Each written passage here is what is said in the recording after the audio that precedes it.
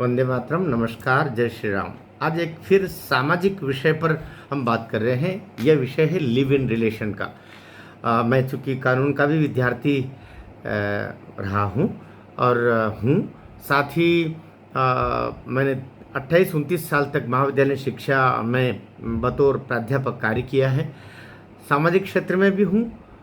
तो ये लगता है कि ये जो स्थिति बन रही है इन दिनों में, यह भयावह से भयावह फिर भयंकर और भयंकरतम की स्थिति तक जा रही है। कारण कि लड़कियां लंबी उम्र तक, बड़ी उम्र तक पहले शादी नहीं करती है, या कि परिवार के लोग नहीं करते हैं। ये सोचते हैं कि अभी तो पढ़ाई की उम्र है, तो वो 20, 22, 24, 25 साल तक तो उससे पढ़ाई करवाते हैं। उसके बाद वो कैरियर के अंतर प्रवेश करती है। कैरियर में वो 2-5 साल तक माता पिता कोशिश करते हैं कि ये अपने शादी के लायक पैसा खुद ही इकट्ठा कर ले।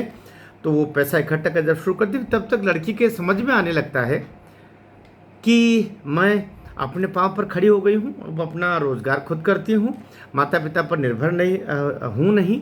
और साथ में जो काम करने वाले कलीग्स रहते हैं, वे उस पर फिर डोरे डालने शुरू कर देते हैं। सामान्यतया फिर लड़की किसी की सुनने की अवस्था में नहीं रहती है। वो ये तय कर लेती है कि मुझे जो कुछ करना है खुद ही करना है। इतनी जो एक प्रेम का वेग, एक कामुकता का वेग होता है शरीरगत ज़रूरतों के दृष्टिकोण से, वो भी शने शने 25 के बाद धीमा होता जाता है। और फिर लड़की अपने तरीके से जीवन को ढालना शुरू करती। फिर वो देखती कि कमाती मैं अपना हूँ, मैं किसके दबाव में रहूँगी, मैं किसका क्यों सुनूँ, अर्थात पति का भी नहीं सुनूँ, मैं क्यों आगे चल के फिर ये बच्चे पालूँ, ये फिजूल के कार्य हैं। तो वो एक ऐसा रास्ता चुनती है जिसमें ऐसे जो आवारागर्दी वाले ही सामान्यतया पुरुष रहते हैं, लड़के नहीं रहते हो, पुरुष रहते होंगे, वो भी ऐसे 30-35 साल वाले सामान्यतया।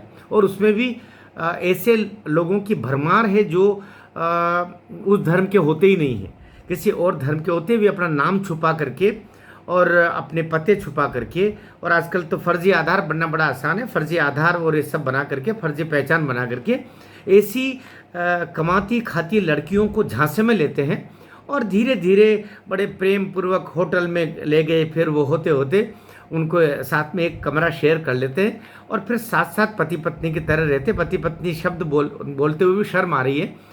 उनके बीच में काम के रिश्ते अर्थात वासना के रिश्ते, वे पूरी कोशिश करते हैं कि पहले बच्चे पैदा ना हों।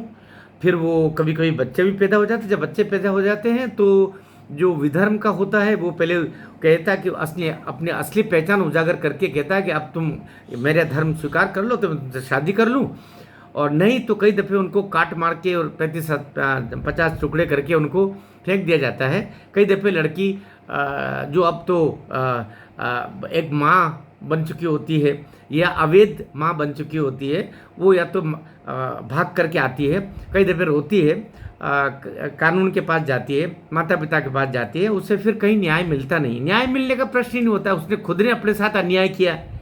जब उसने खुद ने अपने साथ अन्याय किया है, व्यभिचार किया है, पाप किया है, सामाजिक रूप से जो अक्षम्य अपराध है, अर्थात बिना शादी के किसी पराये पुरुष के साथ में वो रातें उसने गुजारी हैं, तो वो एक तरीके से व्यभिचार में समाज भी ऐसी लड़कियों को एक तरीके से जो बहुत बुरा शब्द है वैश्या जैसी होती है, जो अपना शरीर बेचती है अपने लाभ के लिए, उस तरीके से देखती है समाज की दृष्टियाँ भी, और वो फिर वो लड़की कहीं की नहीं रहती। तो ये अभी एक बात प्रेमानंद जी महाराज ने जो वृंदावन के हैं और अनिरुद्धाचार्य जी महाराज एक प्रवचन कथाकार हैं, इन दोनों ने बात को उठाई। ये बहुत स्वाभाविक रूप से बढ़ा। मेरी 100 बार सहमतियाँ इसमें कि ऐसी लड़कियाँ न शादी के लायक रहती है, न ऐसी लड़कियों को फिर शादी करना चाहिए, क्योंकि शादी तो वो कर चुकी, शरीर अपना किसी को दे चुकी, मन न जाने कितनों कितनों को पहले दे दिया होगा, उसके बाद तन दे दिया, तो वो एक तरीके से शरीर के फिर सौदे करने के लिए इधर उधर दौड़ती रहती है, कई दफ़े पगला जाती हैं। ऐसी लड़कियां मस्तिष्क चिकित्सालय मस्तिष्क रोगों से ग्रसित होकर के भी कई इलाज कराते हुए आपको मिल जाएगी। तो ये व्यभिचार है। मेरा एक कलीग साथी रहा करता था, जो जिनकी लड़की, नाम बताना ठीक नहीं है, जिनकी दो में से एक लड़की ने किसी लिव इन में किसी के साथ में रहना शुरू किया। वो बाद में पता चला कि उसका तो धर्म भी दूसरा था, ये महाशय ब्राह्मण थे। और एक किसी आयोजन में मैंने लिव इन को लेकर के कहा कि ये जो कानून सम्मत हुआ है, इसको भारत के दृष्टिकोण से इसे अवैध गैर कानूनी घोषित कराने के लिए संसद को भी आगे आना चाहिए, और इसलिए सामाजिक परिवेश एक बने, सामाजिक दबाव बने, क्योंकि राजनेता भी वही करते हैं। जब सामाजिक दबाव आता है, जनता का दबाव आता है, तो ऐसा कोई कानून बने कि बिना शादीशुदा अगर कोई रह रहा है तो वो अवैध है, और उनको किसी भी तरीके से वैधानिक नहीं विधान सम्मत करने का अधिकार न हो। तो इसको लेकर के और वो बिदक गए प्रोफेसर साहब, और कहा कि नहीं, क्यों नहीं, उसे हो सकते हैं, दोनों युवा हैं, वो साथ रहें, वो रात रहें, वो बच्चे पैदा करें, वे उनका जीवन है, उनका शरीर है। बाद में पता चला कि चूंकि उनकी लड़की ही उस रास्ते पर थी, इसलिए उनका मन बड़ा वो हुआ था। बाद में मुझे और आप सबको जान करके बहुत दुख होगा कि वही प्रोफेसर साहब, लड़की जब उस तथाकथित विधर्म के द्वारा उसको निकाल दिया गया और वो दर दर भटकना शुरू किया, कमाती खाती लड़की थी, तो दुखी होकर के प्रोफेसर साहब ने फिर आत्महत्या कर ली। ऐसे क्योंकि जब लड़की बेस ऐसा करती है ना, तो पूरा परिवार तबाह होता है। पूरा परिवार जब लिव इन में जाता है, फिर लिव इन से बाहर निकलता, फिर परिवार पूरा मर जाता है। इसलिए ऐसी लड़कियां जो आगे बढ़ती हैं, उनको एक नहीं 1000, या तो अकेले रहो, बेशक अकेले रहो, या फिर बाकायदा शादी करो, किसी लूंगड़े लंगड़े अपाहिज बेरोजगार से शादी कर लो, लेकिन तरीके से शादी करो। ये पापाचार, ये मैं यूँ नहीं कह रहा हूँ कि ऐसा करना ही, जब शरीर नहीं मान रहा है, पगलाए जा रहे हो, तो फिर किसी से भी शादी करो, लेकिन शादी करो। ऐसा नहीं जैसा उसने किया और फिर बाद में माँ बाप भी फांसी पर लटक गए।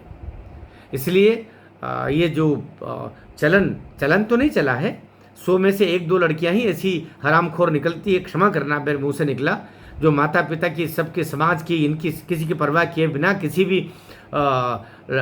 भी सामान्यतः विवाहित ही होते हैं वो, या नाम बदल के रहने वाले लोग होते हैं, उनके साथ लिव इन के नाम पर रहते हैं, और फिर घी और आग साथ साथ रहेंगे तो पिघलते हैं, फिर उनकी नाजायज़ संतानें होती हैं, और फिर वो लड़कियां तो रहती नहीं है, ये तो फिर कई बार तो ऐसे जो पुरुष होते हैं जो ये बाकायदा कहते हैं, जब तू मेरी बिना शादीशुदा किए हो गए तो इससे पहले भी तो कई हो कि हुई होगी, और फिर वो अपने दोस्तों को भी बुलाते हैं, फिर वो ग्राहकों को बुलवा लेते हैं, फिर वो सचमुच तवायफ बन जाती है।